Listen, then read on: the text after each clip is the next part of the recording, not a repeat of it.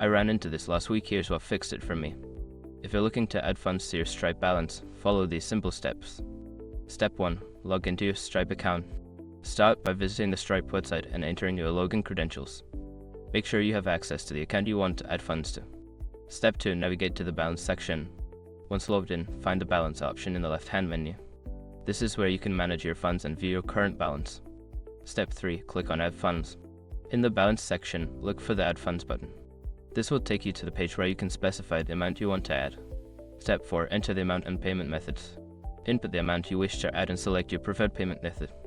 Make sure to double-check the payment details to avoid any errors. Step 5. Confirm the transaction. Before filing a refund or dispute, use the srock.com link in the description to open the refund dispute deadline calculator and confirm your deadline. I hope this helps you add funds to your Stripe balance smoothly. If you have any questions, feel free to ask.